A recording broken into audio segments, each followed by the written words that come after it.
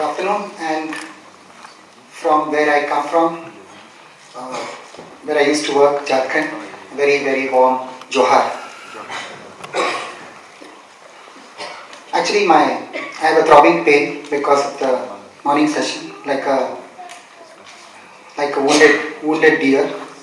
And to Rajmohan ji and to Neerja ji and to the entire Asia Plateau family, I wanted to first, before I start talking about the Tata Steel experience, I want to first quote a few lines which I was thinking about while the morning session was going on.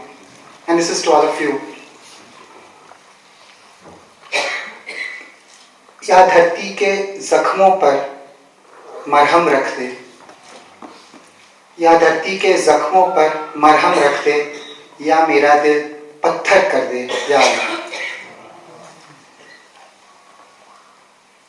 God, please heal the wounds of the earth. If not, turn my heart into stone. And for Asia Plateau, for the next 50 years, another two lines. कि सूरज सी एक चीज तो हम सब देख चुके, सूरज सी एक चीज तो हम सब देख चुके, सचमुच की अब कोई सहर दे या अल्लाह. Which means that we have seen the sun or something that resembles the sun. But God, give us the true dawn, show us the true dawn. So thank you for everything that you guys do. Coming to the Tatas and the work that we could do with IOFC while at Tatas. In fact, incidentally, I'm no longer with Tata Steel. I was there till the end of last month, and my successor, Saurav, was supposed to be here, and he's apologized to all of you that he couldn't be here because of some preoccupation, but he'll be here later this evening. So I speak on his behalf and on behalf of all the people who worked with me. So, I think it is a blessing, it's a double blessing to be associated with IOFC as well as with Tata Steel or with the Tata Group, because truly an industry, a corporate that is founded on a philosophy which says that for a company, the community is not just another stakeholder, it is in fact the very purpose of its existence, is something visionary, is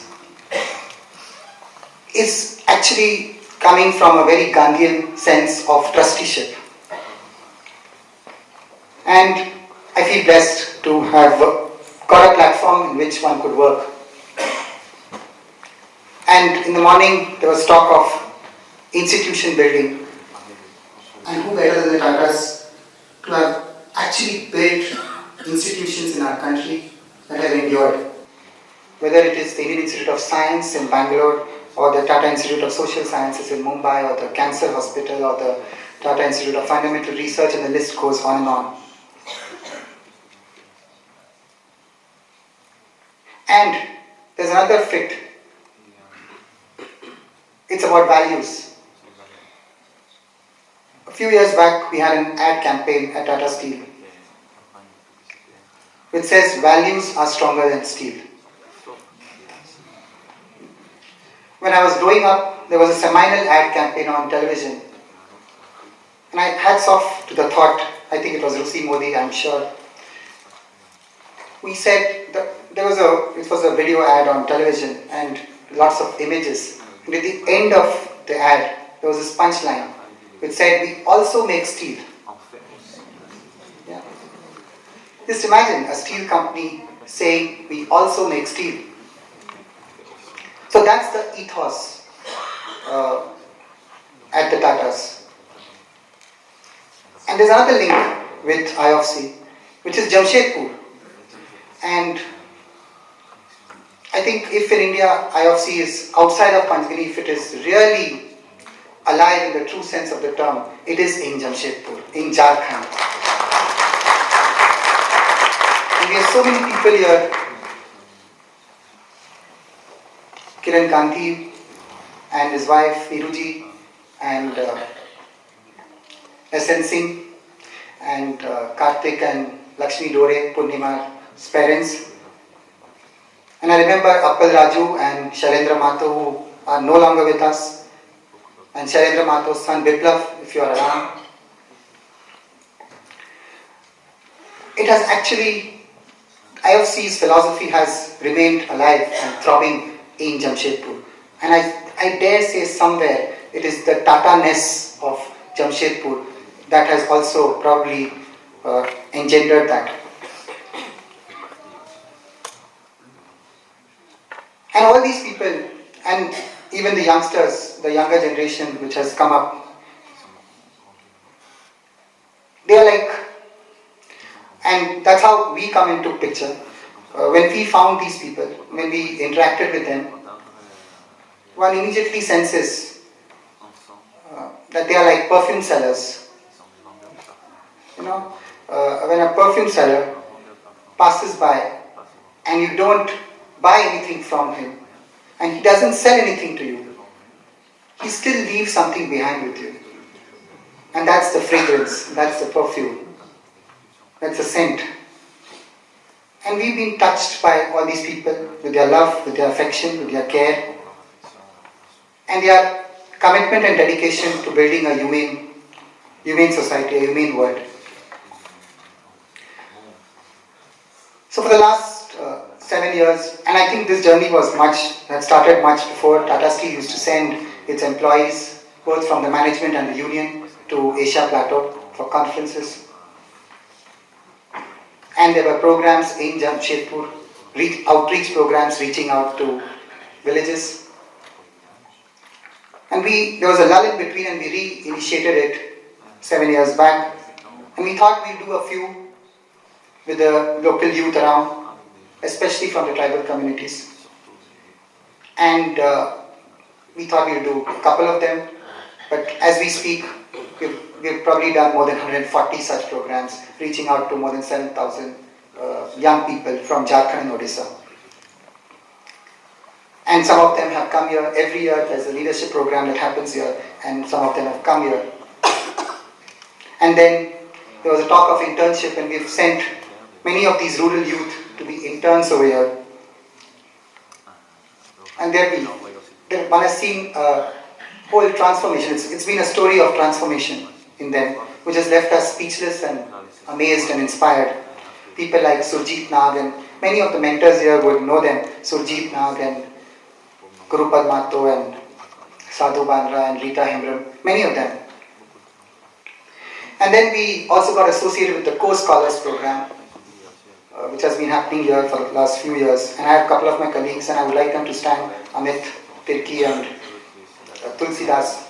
Yeah, they're both Co-Scholars. And some of the finest development professionals in the country. And thanks again to IFC for sensitizing our team and opening a whole new world. So obviously there have been huge benefits by doing all this. One benefit, of course, to the participants themselves, they found meaning in their life and they have gone out and done something for themselves, for their families, for their communities. And what Siddharth mentioned, from personality-driven leadership to a community-driven leadership. These are community leaders that IFC and in some way we have been associated with, have developed. But what it has done to us is far more significant. It has helped our team that was working in the space of corporate social responsibility, of rural development, to actually rediscover ourselves, to find our own meanings and our own life missions, to remain grounded. Because when we see and hear all these young people talk, and Margaret spoke about how adolescents, what their vision of the world is, And when these people talk, and especially from rural areas, and even within the rural areas from indigenous communities, when they talk, they don't have mukhotas, they don't have masks on their face. They're very simple and very subtle. There's a Hindi word which actually captures it, subtle. And there's no peeling off, it just comes naturally to them. And that disturbs you because we put on so many masks. So we've been touched by this whole experience. And then the thought came that let's try and do this exclusively for tribal communities. Because in this whole process of working in Jharkhand and Odisha and Chhattisgarh, at a personal level, I've been completely fascinated and inspired by a tribal thought, a tribal worldview. And I dare say, and I stick my neck out and say, that if we want to save the world, save the tribal communities, save indigenous thought and indigenous wisdom.